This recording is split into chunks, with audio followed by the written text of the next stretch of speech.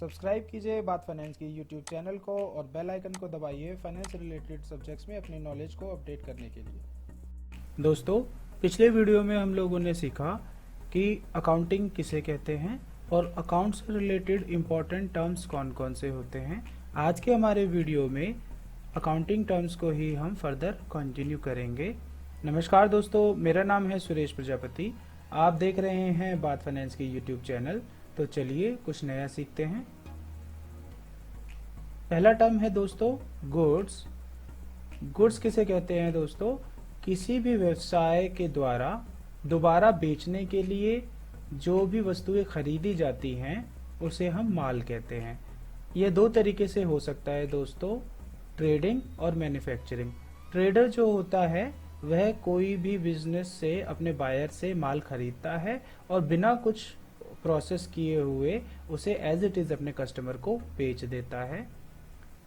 Manufacturer अपने supplier से जो भी माल खरीदता है उसको उत्पादन की प्रक्रिया में तैयार माल में कन्वर्ट करता है और फिर अपने कस्टमर को बेचता है। दोनों ही सिचुएशन में जो भी माल खरीदा गया है उसे ही हम माल कहते हैं। दूसरे शब्दों में, कोई भी बिजनेस, कोई भी ऑर्गेनाइजेशन जिन वस्तुओं के व्यापार में लगी हुई है उसे हम माल कहते हैं। फॉर एग्जाम्पल, एक मोबाइल फोन बनाने वाली कंपनी के लिए मोबाइल फोन माल कहलाएगा। नेक्स्ट टर्म है दोस्तों स्टॉक। स्टॉक क्या होता है दोस्तों? किसी भी पॉइंट ऑफ टाइम पे बिक्री के लिए उपलब्ध तैयार माल ही स्टॉक कहलाता है। अगर कोई बिजनेस अपने कच्चे माल को अपने कस्टमर को बिना प्रोसेस किए बेचता है तो वह कच्चा माल भी स्टॉक कहलाएगा। चलिए दोस्तों नेक्स्ट टर्म समझते हैं, परचेज। परचेज क्या होता है दोस्तों? दोबारा बेचने के उद्देश्य से खरीदा गया माल परचेज कहलाता है। माल, जैसा कि मैंने आपको बताया कि बिजनेस के दो फॉर्मेट होते हैं, ट्रेडिंग और मैन्युफैक्चरिंग। तो अगर ट्रेडर ने जो माल खरीदा है वह उसे उसी अवस्था में सेल कर देगा, जबकि मैन्युफैक्चरर जो है पहले उस माल को प्रोडक्शन प्रोसेस में प्रोडक्शन करेगा, फिर तैयार माल में कन्वर्ट करेगा और उसके बाद उसे दोबारा बेच देगा। जो भी माल हमने खरीदा है इसी को हम परचेज कहते हैं। दूसरे शब्दों में, किसी भी बिजनेस ट्रांजैक्शन में पैसे के बदले हमने जो भी वस्तु खरीदी है और उन वस्तुओं को हम दोबारा बेच देंगे, वह सब हमारा परचेज कहलाएगा। परचेज दोस्तों नगद भी हो सकता है और उधार भी हो सकता है। नेक्स्ट टर्म है दोस्तों परचेज रिटर्न। जब किसी भी बिजनेस ने, किसी भी व्यक्ति ने कोई माल खरीदा और उस माल में कोई भी कमी निकल आई या किसी भी अन्य कारण से अगर उस माल को खरीदार वापस करना चाहता है, सप्लायर को वापस भेज देता है, तो उसे ही हम परचेज रिटर्न या क्रय वापसी कहते हैं। चलिए दोस्तों नेक्स्ट टर्म समझते हैं, सेल्स। सेल्स क्या होता है दोस्तों?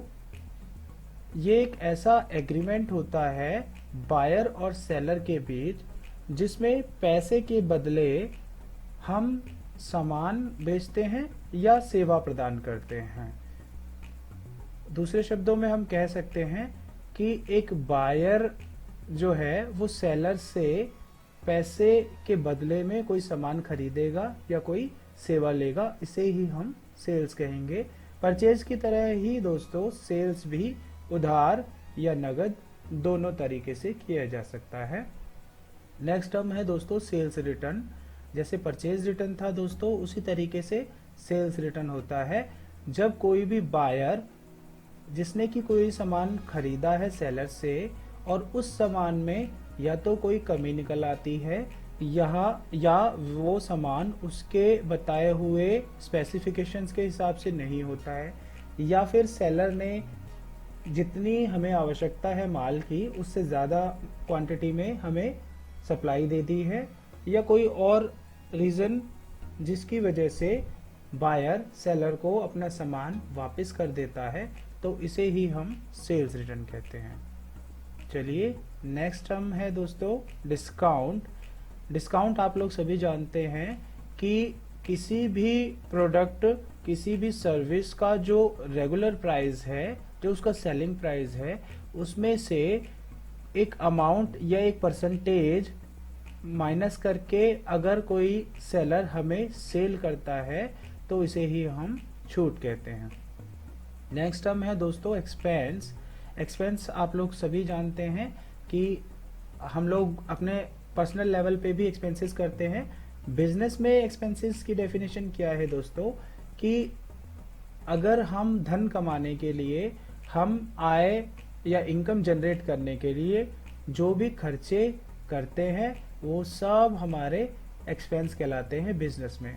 फॉर एग्जाम्पल, अगर मैं एक पेंसिल मैन्युफैक्चरर हूँ तो पेंसिल को बनाकर बेचने के लिए और बेचकर जो पैसा मुझे प्राप्त होगा, उस सारे प्रोसेस के लिए जो भी खर्चे मैंने किए होंगे वो सब मेरे एक्सपेंसेस कहलाएंगे। नेक्स्ट टर्म है दोस्तों इनकम, आय।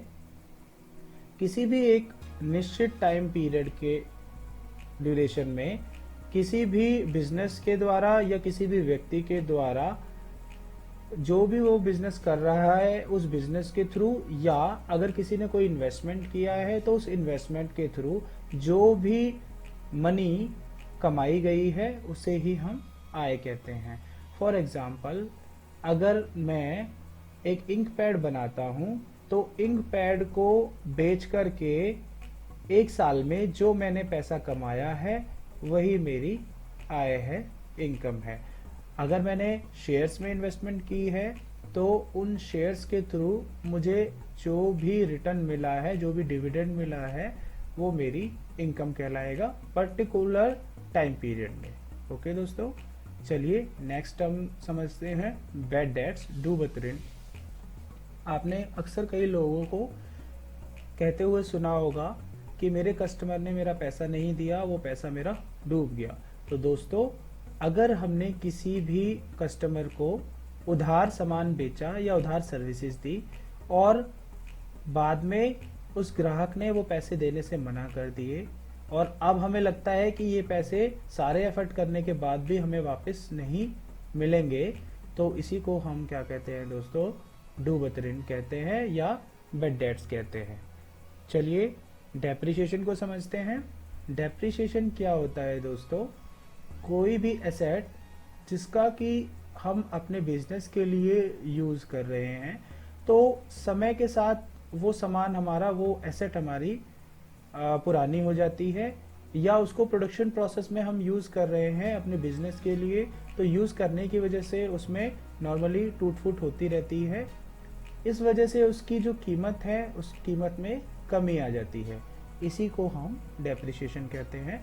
फॉर एग्जाम्पल, अगर आपने कोई एक टू व्हीलर अपने बिजनेस के लिए परचेज किया और उसको आप अपने बिजनेस में इस्तेमाल करते हैं माल की ढुलाई के लिए, तो समय के साथ उसकी कीमत दोस्तों कम हो जाएगी। तो जो कीमत कम हुई है उसी को हम डेप्रिसिएशन या मूल्यह्रास बोलते हैं। चलिए नेक्स्ट टर्म समझते हैं, प्रॉफिट। प्रॉफिट बहुत ही सिंपल है दोस्तों, आपने जितना कमाया और उसमें से आपने जितना खर्च किया, उन दोनों का डिफरेंस हमारा प्रॉफिट कहलाता है। लेकिन अकाउंटिंग टर्म्स में समझते हैं कि किसी भी एक अकाउंटिंग पीरियड में अगर हमने 1 अप्रैल से 31 मार्च का अकाउंटिंग पीरियड फॉलो किया है तो वो, या कोई और भी अकाउंटिंग पीरियड आप फॉलो कर सकते हैं, उस अकाउंटिंग पीरियड में जितना हमने सेल्स किया और उस सेल्स को ड्राइव करने में, उस सेल्स को, उस पैसे को कमाने में जितने हमने खर्चे किए, इन दोनों का डिफरेंस हमारा प्रॉफिट कहलाएगा। नेक्स्ट टर्म लॉस, बिल्कुल प्रॉफिट के अपोजिट है। अगर किसी भी अकाउंटिंग पीरियड में हमारे एक्सपेंसेस हमारे इनकम से, रेवेन्यू से ज़्यादा होते हैं तो इसे हम लॉस कहेंगे। चलिए नेक्स्ट टर्म है दोस्तों लेन देन, ट्रांजैक्शन। ट्रांजैक्शन क्या होती है दोस्तों, कि ये एक ऐसा इवेंट है, ये एक ऐसी घटना है जिसमें 2 या 2 से अधिक व्यक्ति संबंधित होते हैं और पैसे में कोई लेन देन करते हैं, पैसे में कोई भी लेन देन आदान प्रदान करेंगे। जैसे कि हमने अगर माल खरीदा तो हमने अपने बायर को पैसे दिए और उसने बदले में हमें माल दिया। जैसे हमने अपने कस्टमर से पैसा प्राप्त किया या अपने सप्लायर को पेमेंट किया या किसी भी एक्सपेंस की पेमेंट की, तो ये सब हमारे ट्रांजैक्शंस हमारे क्या होते हैं, लेन देन कहलाते हैं। हमारा कोई भी लेन देन या तो नगद हो सकता है या उधार हो सकता है। जैसे मैंने उधार एक टीवी सेट खरीदा, जैसे मैंने कैश में वाटर एक्सपेंसेस का पेमेंट किया। नेक्स्ट टर्म है दोस्तों वाउचर। वाउचर क्या होते हैं दोस्तों, जब हम कोई भी लेन देन करते हैं तो उस लेन देन का सपोर्ट में हम जो भी डॉक्यूमेंट अपने सप्लायर से रिसीव करते हैं उसी डॉक्यूमेंट को हम वाउचर के रूप में जानते हैं। जैसे यदि हमने किसी से कोई भी माल खरीदा तो कैश में, नगद में अगर हमने किसी से माल खरीदा तो बदले में वो हमें एक कैश मेमो देता है। तो ये कैश मेमो ही हमारे बिजनेस के लिए एक एविडेंस है कि हमने ट्रांजैक्शन की है। इसी डॉक्यूमेंट को हम वाउचर कहेंगे दोस्तों। चलिए नेक्स्ट हम समझते हैं ट्रायल बैलेंस। ट्रायल बैलेंस दोस्तों क्या होता है, जब हम अपने लेन देन को जर्नल बुक में रिकॉर्ड करते हैं तो उसके बाद हम, आपने अकाउंटिंग प्रोसेस समझा होगा पिछले वीडियो में कि वो एक प्रोसेसेस की पूरी चेन है। सबसे पहले ट्रांजैक्शंस को जर्नल बुक में लिखते हैं, उसके बाद उन ट्रांजैक्शंस को लेजर बुक में लिखते हैं। एक खाते से संबंधित जितनी भी ट्रांजैक्शंस होती हैं उनको डेबिट और क्रेडिट साइड में एक लेजर में लिख लिया जाता है और अकाउंटिंग पीरियड के एंड में उस लेजर अकाउंट का बैलेंस निकाला जाता है। फॉर एग्जांपल, अगर मैंने किसी सप्लायर से पूरे साल में 5 बार माल खरीदा और उसका टोटल 1 लाख रुपए था और पूरे अकाउंटिंग पीरियड में सपोज मैंने 2 बार उसको पेमेंट किया और उसका टोटल 80,000 रुपीज था, तो इस अकाउंट का बैलेंस 20,000 रुपीज बचा हुआ है। तो इसी प्रकार से दूसरे लेजर्स का भी हम बैलेंस निकालते हैं। किसी लेजर का बैलेंस डेबिट होता है दोस्तों, तो किसी का क्रेडिट होता है। इन डेबिट और क्रेडिट लेजर्स बैलेंसेस को जब हम एक शीट में लिखते हैं डेबिट और क्रेडिट कॉलम्स में और इन दोनों कॉलम्स का टोटल हमारा बराबर आता है, तो ऐसी शीट को हम ट्रायल बैलेंस कहते हैं। डेफिनेशन समझते हैं दोस्तों। किसी भी विशेष तिथि पर, किसी भी एक टाइम पीरियड पर, एक डेट पर लेजर के जो भी बैलेंसेस हैं उनको हम एक शीट में डेबिट और क्रेडिट कॉलम्स में नोट डाउन करते हैं और उनका टोटल लगाते हैं जो कि बराबर आना चाहिए। आप देख सकते हैं यहाँ पर एक इमेज आपको दिख रही है, इसका टोटल 3,26,000 डेबिट बैलेंस का और 3,26,000 क्रेडिट बैलेंस का आ रहा है। तो ट्रायल बैलेंस की एक खासियत है कि इसके डेबिट और क्रेडिट बैलेंसेस बराबर आने चाहिए, तभी आपके बुक्स ऑफ अकाउंट्स करेक्ट है, अदरवाइज उसमें कोई ना कोई एंट्रीज में मिस्टेक है। इसी फॉर्मेट को, इसी शीट को दोस्तों हम क्या कहते हैं, ट्रायल बैलेंस बोलते हैं। चलिए नेक्स्ट इंपॉर्टेंट टर्म समझते हैं, बैलेंस शीट। हिंदी में इसको तुलना पत्र बोलते हैं। बैलेंस शीट दोस्तों क्या होता है, किसी भी बिजनेस की फाइनेंशियल पोजीशंस का एक समरी होती है। इसमें लेफ्ट साइड में आप देख सकते हैं यहाँ पर इक्विटी और लायबिलिटीज शो हो रही है और राइट साइड में एसेट्स, संपत्तियां शो हो रही हैं। इसका फॉर्मूला जो क्या होता है दोस्तों, assets is equal to liabilities plus equity होता है। इसका मतलब है कि जितने भी आपके बिजनेस में एसेट्स आपने इन्वेस्ट किए हुए हैं उन सब का टोटल व्यवसाय में लगाई गई पूंजी और व्यवसाय की देनदारियों के टोटल के बराबर होना चाहिए। किसी भी बैलेंस शीट में किसी भी पॉइंट ऑफ टाइम पे एसेट और लायबिलिटीज का बैलेंस एक दूसरे के बराबर होगा, तभी हमारा बुक्स ऑफ अकाउंट्स करेक्ट है, अदरवाइज उसमें कुछ ना कुछ मिस्टेक है। नेक्स्ट टर्म समझते हैं दोस्तों, प्रॉफिट एंड लॉस अकाउंट। जैसा कि आप नाम से ही समझ सकते हैं, ये एक ऐसा अकाउंट होता है जिसके थ्रू किसी भी बिजनेस ने किसी पर्टिकुलर अकाउंटिंग पीरियड में कितना प्रॉफिट या कितना लॉस इनकर किया है इसका पता चलता है। अगर हमारे द्वारा किसी अकाउंटिंग पीरियड में कमाई गई इनकम एक्सपेंसेस से ज़्यादा होती है तो हमें लाभ होगा, और अगर हमारे एक्सपेंसेस हमारी इनकम से ज़्यादा हैं तो हमें हानि होती है दोस्तों। तो प्रॉफिट एंड लॉस अकाउंट के थ्रू कोई भी बिजनेस अपने प्रॉफिट या लॉस का पता लगा सकता है। आज के लिए फ़िलहाल इस वीडियो में दोस्तों इतना ही। हमारी अकाउंटिंग और अकाउंटिंग टर्म्स की ये 2 वीडियोस आपको कैसी लगी मुझे कमेंट बॉक्स में कमेंट करके ज़रूर बताएं।